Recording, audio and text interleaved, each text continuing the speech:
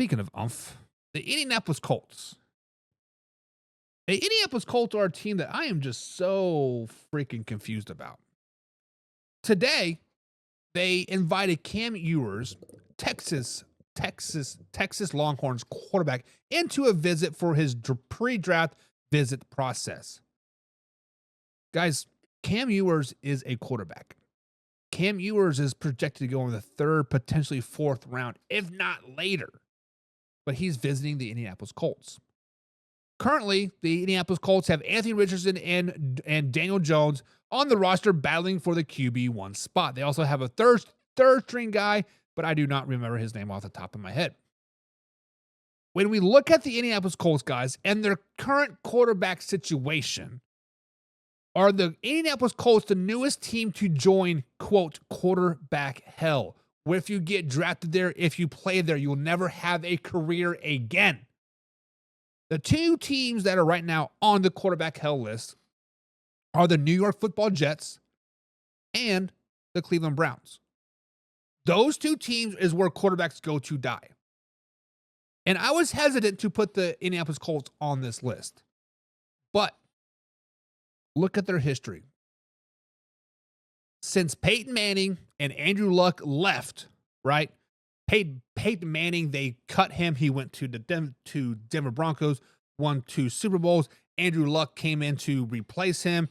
He was there for 5 or 6 years, right? Then he abruptly retired because he was getting injured all the time. But since Andrew Luck left, they had Josh Freeman as a quarterback, Matt Hasselbeck, Jacoby Brissett, Scott Tonsilin, don't know who that is, Phillip Rivers, Carson Wentz, Matt Ryan, Sam Ehlinger, Nick Foles, Gardner Minshew, Anthony Richardson, Joe Flacco. They also drafted Anthony Richardson, Sam Ehlinger, Jacob Easton, Chandler Harnish since Andrew Luck in 2025. So not only have they had 12 quarterbacks since 2012, they've drafted 5 quarterbacks since 2012. And since 2019, they've only had one quarterback break 4,000 yards passing, and that is Phillip Rivers. Guys, the Indianapolis Colts is the newest team to be added to quarterback hell. If you are a quarterback in the NFL or in the draft or a free agent or whatever, you do not want to go to the Indianapolis Colts. They will draft you. They won't develop you. Then they'll throw you under the bus and then they'll ship you off to LA. That is what they did to Jacob Easton and Ethan Stick, right? Like they just do this time and time again. And to bring in Daniel Jones to battle for the number 1 spot for Anthony Richardson just shows you that they have no competent of what they're doing. And hell, even last year, everybody and their dogs said that Anthony Richardson did not fit the Shane Steichen system in Indianapolis. What they do? They draft him anyways. Guys, the point of the matter is the Indianapolis Colts are lost. Quinn Ewers, if you have an opportunity to go back to college and you're gonna get drafted by the Colts, man, go back to college. I don't care if you are a backup to old Arch Manning. Get in that transfer portal. Come to Kansas State. They will make you a professional quarterback. Look at Will Howard. Look at Skylar Thompson. They will get you to the NFL, and then you can go to a different quarterback hell team like the New York Football Jets. But guys, are the Indianapolis Colts the newest team to join quarterback hell? I have to say yes. Yes. Real McCoy says the Colts are just confused as you are, Buck, about themselves. And it all starts with the general manager. Chris Ballard is the issue up there in Indianapolis. As simple, plain point as that. Guys, I live roughly an hour away from Indianapolis. This season, I wanted season tickets. So I live right in the middle of Cincinnati, Indianapolis, and Nashville, right? I was calling around and say, I'm not a fan of the Colts. I'm not a fan of the Bengals. I'm not a fan of the Titans, but I like to go to NFL games and see other teams play in stadiums, yada, yada, yada.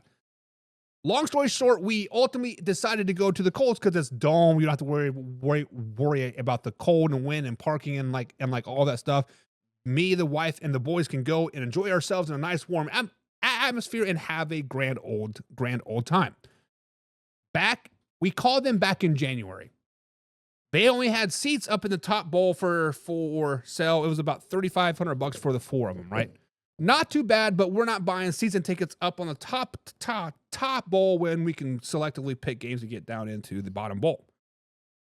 Earlier last week, April 2nd, I believe it was, April 3rd, the Indianapolis Colts sales department called me and said, "Hey, Buck, we got some tickets open. Do you want them?" I'm like, "Sure." Where are they at? They're like 200 level, 3rd row, seats 1, 2, 3, 4. Corner of the end zone, Colts sideline, right where they run out of the tunnel. Great experience for the kids, great seats. You can see everything, right? Guess how much they were selling those bad boys for? $1,000.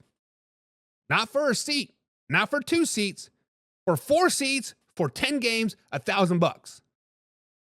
I was like, what? Like, what? Like, it just shows you how not confident that fans are in the Indianapolis Colts. It shows you how non-confident that the general public is about the Indianapolis Colts, that nobody wants those tickets.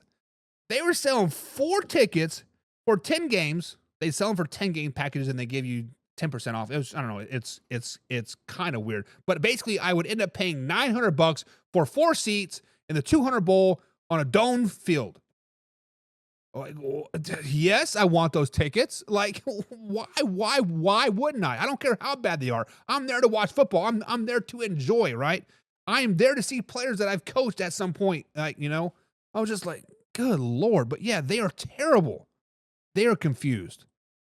How good do you think Luck was? Listen, I think Andrew Luck had the highest ceiling that every quarterback out there. Higher than Patrick Mahomes, higher than Peyton Manning, higher than John Elway. Andrew Luck was smart. He had talent. He had size. He was Josh Allen before Josh Allen was Josh Allen, right?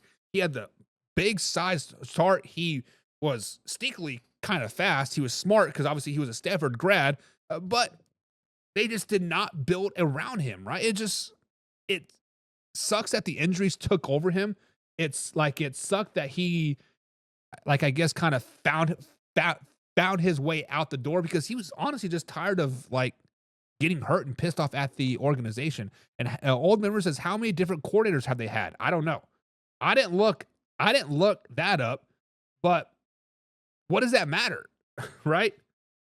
They still had the same general manager. How long did they hang on to Frank Wright? Way too long, right? It's just like the point is they've gone through 1, 2, 3, 4, 5, 6, 7, 8, 9, 10, 11, 12, 13, 14 quarterbacks since 2012.